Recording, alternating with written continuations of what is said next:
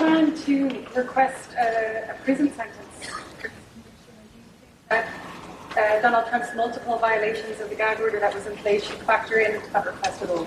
The judge scheduled a sentencing for July 11th. We will speak in court in that time. He also set a motion schedule. We will speak in our court filings as we've done throughout this proceeding. Since Alvin Bragg being asked earlier today whether or not he's going to seek jail time for Trump in this case. Welcome back. Dana Loesch with you, bottom of this first hour. And it has been a very busy day already, but big news day. And we've been recapping all of this stuff. And I want to remind you as well that as I've said, it is, I do believe, a watershed moment in American politics, but I want you to take heart. I think it was, regardless of what you think on Trump, I don't care whether or not you love or hate him. I think people who make an idol of their own opinion on this issue are missing the forest for the trees, because this is about the diminishment of the legal system. And there is no way that you can sit here and elevate an expired felony, try to tie it to a mystery felony, an expired misdemeanor, try to tie it to a mystery felony so you can take this out of state court and prosecute it as a federal offense. It's stupid. It's never before, ever in the history of the judicial system been tried. And I just gave you last segment why John Edwards was a horrible analogy. People who try to compare it to the John Edwards case do not know or understand the John Edwards case. And you can go back if you want to recap that. So what is next? There's two ways to look at it. I wrote a piece last night where I was still processing everything. And I said, Democrats are playing a very dangerous game in two ways. The first thing is that I think they did maybe one of the worst things they could possibly do going into November. Democrats need the election to be made all about Trump, because that actually does help the left. But instead of making this about Trump v. Biden, they've made it about Trump versus the system. And when you make the debate about Trump versus the system, any random everyday average American can substitute themselves in his spot. Every single person has a distrust of the government. I mean, that's really part of our DNA as Americans. It's one of the things upon which this country was founded, a distrust of the government. And we also, because of a lot of evidence of the past several decades, have a genuine and well-founded distrust of a lot of these bureaucratic agencies. And as of such, every single person has a grievance. The worst thing that Democrats can do is distill this down so that people can see themselves in the person that's fighting against the system. Because then they look at it not so much as the candidate versus the system, they're looking at it as they versus the system. And that makes it a lot easier for independents to go out and start casting their vote for Trump over Biden.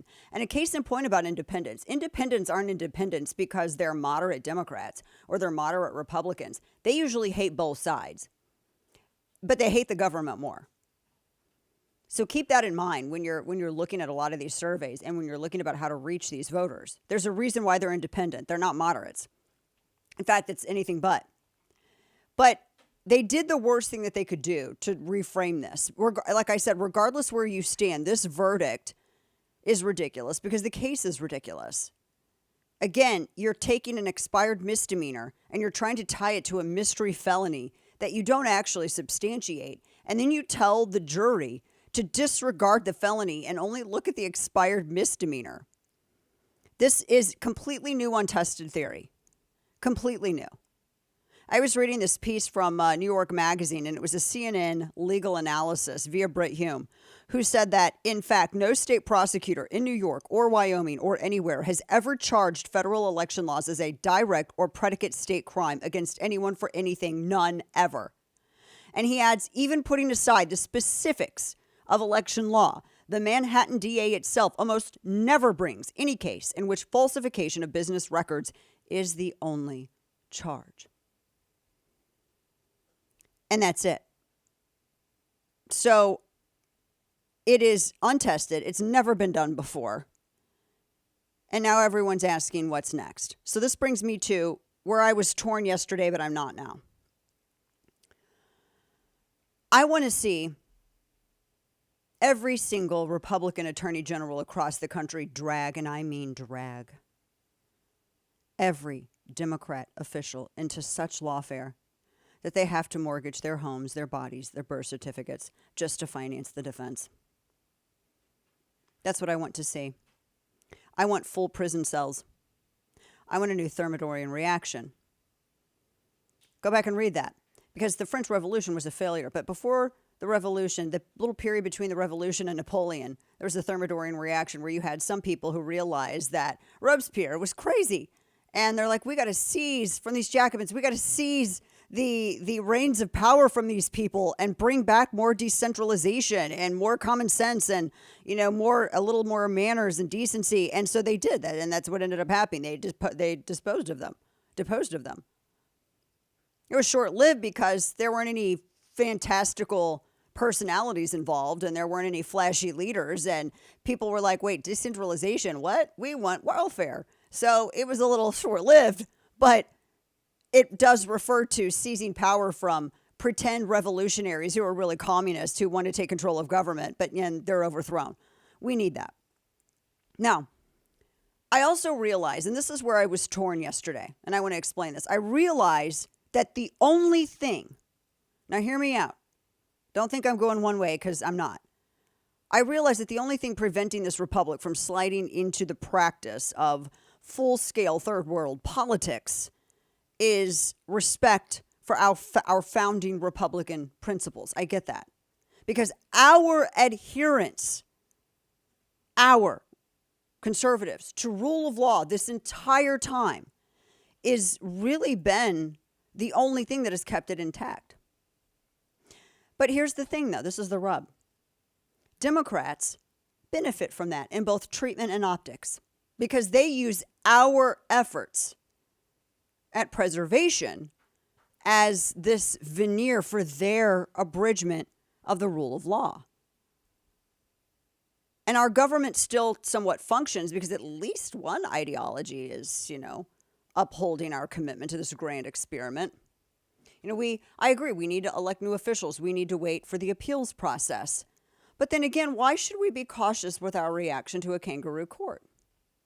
Because demonstrating caution, and I made this point last night on social media, demonstrating caution confers a respect on the court's actions that it doesn't merit. I refuse to recognize the authority of a prosecutor who Rube Goldberg, a bass-ackwards justification for a felony indictment on a non-existent crime. So we may have crossed the Rubicon.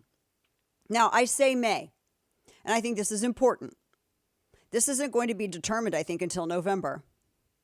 I say we may have crossed the Rubicon. A lot of people say they're done and they're finished and blah, blah, blah, and all this other stuff, but then they don't go out and vote. Voter turnout is more of a threat to the Republican Party than the Democrats are. Voter turnout is more of a threat to Trump in November than Democrats are. I am happy to spend an entire week's worth of broadcasts going state by state for a 10-year period, because I've been doing this research for quite some time, and showing you the difference in turnout and how it killed Republican chances in different districts. You just give me the word, and I'll go and we'll deep dive into that. I've done election coverage going on 20 years now. When Republicans lose, it's because they don't turn out. This is how we lost the Senate. The Georgia special election, I was there on the ground in Georgia. The turnout was abysmal. It was lower than what it was in 2016, even in the most conservative district. In Texas, do you know that in my district, Beto O'Rourke beat Ted Cruz by over 2,000 votes?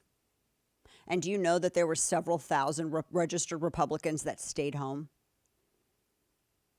He didn't win because more people voted for him overall. He won because Republicans stayed home. Sure, more people, if you want to just be completely into semantics, more people voted for him, Dana.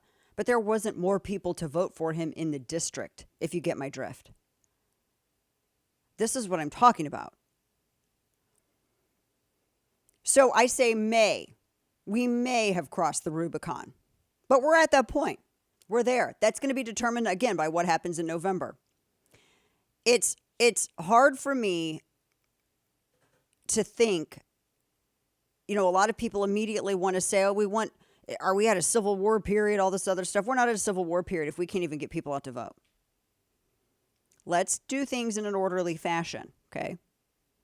Now, the reason I say this is because certain fights must be engaged full bore with no looking back. And I think that people need to be careful of such commitments because caution is a sign of wisdom.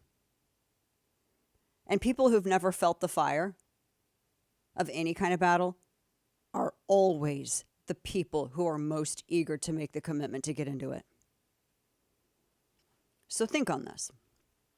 But which way is right?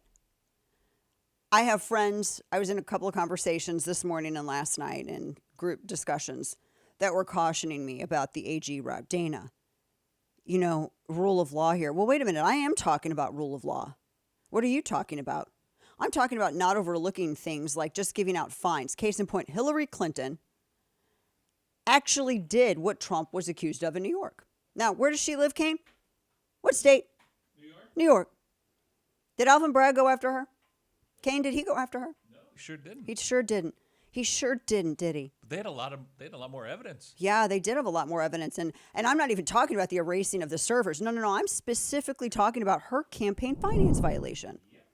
Let's go back to 2016. She contracted her law firm, Perkins Coie. And through Perkins Coie, what did they do? They hired the third party Fusion GPS. You remember Fusion GPS. Fusion GPS was the entity that hired the disgraced spy, Chris Steele, sent him to Russia, had him work with the Kremlin. They came back with all this stupid oppo that it's like they got it from 4chan. It was almost like a 4chan trick. That's why the FBI refused to verify any of the information that he had. And through Fusion GPS, they laundered the gossip in the press. And then they took the press articles to a FISA court, didn't tell him that it was paid for campaign research. And then they got a surveillance warrant and went to spy on people that worked in the Trump campaign just based on that reporting. Oh, and don't take my word for it. Take the numerous IG reports that verify all of this. It's the wrap-up smear we played yesterday. Exactly. They merchandised it, like Nancy Pelosi instructed yesterday. They merchandised it through the press. Now, she was fined 6 figures. She violated campaign finance law. She was found guilty of doing this. And I will add the funds that she had misappropriated to use for this were far greater. It was far greater amount than the amount that Trump used before he was even campaigning, when he was not campaigning, out of his own bank account as a part of an NDA. Very different. But Hillary Clinton, Kane, they never said, wow, here is, and that was actually, hers wasn't really a misdemeanor. But see, typically for campaign finance violations, because it can be such tenuous law, a fine is the only thing that's issued. It's really not litigated like that. John Edwards was so egregious and into the millions of dollars. That's why it was litigated like that, because his was really bad. And in numerous states, and he was like defrauding a 96-year-old widow, but that's a whole other part. But Hillary Clinton, it would have been very easy to say, wow, Hillary Clinton, you wiped your server clean. You had classified information. That actually is a felony. And they could have substantiated that. Here's the existence of a felony. We're going to take this. And the amount by which she had done this, technically, I think it was greater than Trump's for sure. But that was more than a misdemeanor. They could have elevated that, and they could have tried her on the same exact thing in New York, but they could have actually done it on evidence, and they didn't do it. Very interesting, isn't it? But, even before Hill Dog, you had Bill in Arkansas. You remember when Bill paid off Paula Jones? Do we have this audio real quick? And then I know we got to get going. Can I just play this real fast? Audio soundbite 17, flashback. Here's Paula Jones showing off the check Bill Clinton paid her to shut up. Watch this. Flashback, There's Paula the check. Jones. Show them the check. Raise There's it. the check. It's your check. There's Well, the it's check. not going to be saying anything. Her attorneys are here today. So kind of officially, I think what we... Y'all remember that, don't ya? That was far greater. And that's while Bill Clinton was campaigning. So see, that's when it was just a sex scandal to Democrats, though. That's when it was just a sex scandal. They used to think like that, but now all of a sudden they don't. Very interesting, right?